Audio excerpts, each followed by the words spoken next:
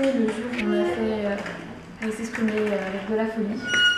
Donc je ne sais pas si vous vous souvenez, mais c'était ce dessin-là. Je vais représenter un peu une église dans un hôtel. Je me dis allez, on va se laisser aller et voilà. Donc en fait, ce qui m'avait intéressée, c'était la partie restaurant, les vues depuis l'espace Jacquard. Et ce que je trouvais sympa, c'était toutes ces fenêtres, enfin, le fait qu'ils soient des baies vitrées mais sur un axe circulaire. Et je trouvais ça plutôt cool qu'on puisse de pouvoir les exploiter. Donc j'ai commencé à faire un petit effet Photoshop, pas génial, mais bon voilà. Et du coup, j'ai commencé à chercher des références pour voir un peu le type de couleurs, de formes qu'il pourrait y avoir sur ces vitres. Et puis, et chercher un peu aussi à m'éloigner de cette idée collée sur un espace religieux. Enfin, c'était pas du tout mon but. Le but, c'était plutôt de donner quelque chose de la couleur à l'espace. Du coup, je me suis intéressée au quartier Antigone. J'ai fait des recherches un peu sur les matériaux, voilà quoi, comment ça avait été créé. Et j'en ai ressorti de là les mots du sujet, donc rencontre, réception, acceptation, rassemblement. Et pour chacun des mots, j'ai trouvé des choses qui étaient apparentes dans le quartier Antigone. Et en collant ça aussi aux fenêtres. Donc voilà quoi, les vitres, ça a rappelé cette communication, le fait d'avoir un rapport entre l'intérieur et l'extérieur. Je me suis aussi intéressée au fait que tout le quartier est limité au niveau des matériaux, donc je me suis dit que mon restaurant devait rester avec le matériau de base, le béton. Et voilà quoi, je me suis renseignée un peu aussi sur ce qui était la vie dans le quartier. J'ai vu que c'était un endroit de rassemblement, qu'il y avait des manifestations qui avaient lieu ici, de type culturel, il y avait un esprit festif, il y avait des grandes allées où on pouvait s'asseoir en été. Donc voilà, des mots qui ressortaient, en gros, c'était qu'il fallait que ce soit quelque chose d'agréable. Mais il y avait aussi une idée de démesure, vu que c'est des bâtiments très grands, une idée d'ouverture sur, pas le divin, mais quelque chose de plus grand, parce qu'on a des endroits qui sont cassés avec une ouverture vers le haut. Donc à partir de là, je me suis intéressée vraiment au bâtiment. Et je vais montrer un peu comme ça. Je me suis dit que l'extérieur aussi pouvait être exploité. Donc j'ai voulu jouer sur les vitres en me disant pas seulement jouer sur la vitre en soi, mais aussi sur l'effet que ça pourrait avoir sur le sol, sur l'alentour du bâtiment. Donc j'ai voulu, admettons, lever cette vitre pour déstructurer et... je vais peut-être plutôt vous montrer sur la maquette. Avoir une idée d'un peu une prolifération avec... parce qu'en gros, ce qu'on voyait dans le quartier au niveau du bâtiment, c'était qu'au niveau de là, on avait plein d'arbres. Donc c'était pas visible. Même nous, le premier jour où on est arrivé là-bas, on n'a pas réussi à savoir où était l'hôtel. Donc je me suis dit que ça serait bien d'avoir une sorte de signal plutôt que de voir juste directement le bâtiment comme ça. Des bouts de vitres qui commencent et qui prolifèrent et pour arriver aux vitraux. Je me suis dit aussi que le souci serait peut-être au niveau du budget, puisque des vitres ça coûte très cher. Donc plutôt que voilà, d'avoir un artisan qui s'occuperait de tout rénover, ce qui ne se ferait jamais, d'utiliser un principe, admettons, en mettant un revêtement thermocollant coloré sur les vitres. Et à partir de là, voilà, on pouvait un peu plus s'éclater au niveau des formes et en mettre un peu partout. Je me suis dit que ce qui serait bien, ça serait au niveau du sas de l'entrée de l'utiliser aussi, qu'il n'y en ait pas seulement à l'extérieur.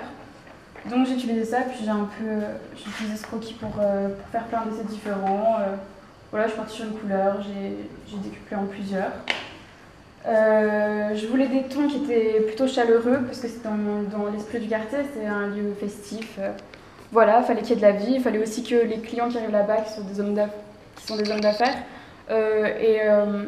et ce côté plaisant quand ils arrivent dans l'hôtel, ils ont une journée, peu importe qu'elle soit bonne ou mauvaise, mais en tout cas ils rentrent le soir et c'est un lieu agréable quoi. Même quand ils arrivent au niveau de la rue, ils ont envie d'aller dans leur chambre quoi, dans l'hôtel. Je me suis dit que au niveau de l'espace, ce qui serait bien, c'est quand les gens sont à l'extérieur. J'ai fait des vues comme ça. En gros, ils voient quelque chose comme ça. Donc on voit juste des bouts de vitres qui sont à l'intérieur. Enfin, l'idée c'est vraiment d'avoir envie de rentrer dedans, c'est pas juste de regarder l'extérieur, de se dire bah ouais c'est sympa. C'était d'attirer de nos clients parce que les personnes de l'hôtel Mercure disaient qu'en gros ils avaient que des clients réguliers et pas forcément de nouveaux arrivants. Donc voilà, l'idée c'était de vouloir rentrer à l'intérieur et de se dire qu'il y avait une suite. Du coup, je suis partie sur un espace comme ça à l'intérieur. Je me suis dit que plutôt que d'essayer de jouer sur colorer les colonnes alors que c'est fait avec du marbre, donc un matériau vraiment noble, il fallait garder ça et juste rajouter des choses dessus. Et puis j'ai pensé pareil au vitrage à l'extérieur, mais de jouer sur une superposition au niveau des couches pour avoir aussi des élévations comme il y a dans le quartier, quoi, des deux hauteurs, garder la hauteur de la colonne. Et donc, dans la continuité, je me suis dit que les vitres, plutôt que d'en mettre partout, on pourrait emmener ça jusqu'au restaurant sans forcément faire un passage. Et donc, j'ai voulu utiliser la verrière qu'il y avait au plafond. Donc, je montre cette là. Donc voilà, ça serait pareil, même principe que les colonnes, une superposition de couches, ce qui fait que toute la salle serait plongée dans un lot de lumière de différentes couleurs. Et puis ça changerait de ce volage qui tourne vers le beige bien usé. Et donc voilà. Et oui, je vais vous montrer un petit effet au niveau de la maquette pour vous représenter un peu ce que ça pourrait donner au niveau de la lumière à l'intérieur ou à l'extérieur. Alors j'ai mis un côté parce qu'au niveau des vitraux, du coup, je me suis dit que voilà, je savais pas trop si je partais sur quelque chose d'unique comme ici ou des touches colorées. Enfin, c'est encore quelque chose à travailler, à voir, mais voilà. Donc pour l'extérieur, ça pourrait donner quelque chose comme ça si on avait des spots un peu partout. De l'intérieur, vous voyez peut-être mieux si vous vous approchez, mais bon, on a un jeu de lumière aussi qui se fait au niveau des colonnes. Et pareil pour là, au niveau des petits morceaux de vitre à l'extérieur. Voilà, donc le but c'était de représenter une atmosphère chaleureuse, agréable autant pour les clients que pour le personnel qui travaille dedans. Et refléter un peu l'esprit du quartier.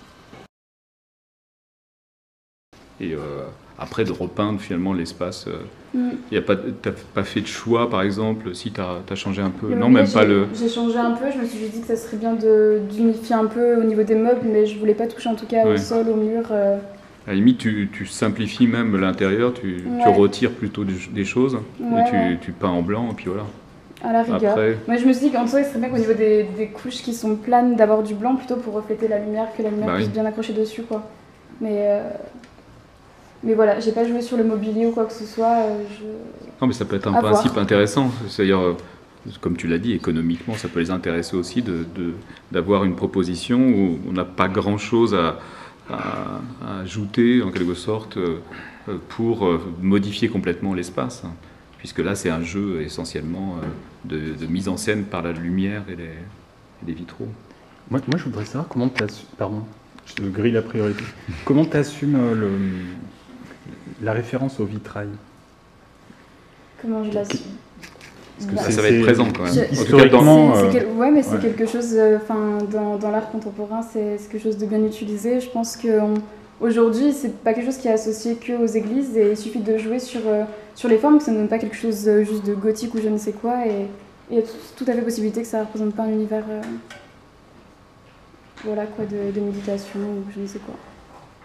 Et puis pour ceux que ça attire au niveau de la méditation, pourquoi pas, ça marche aussi. Enfin, si ça peut être accueillant pour eux, tant mieux.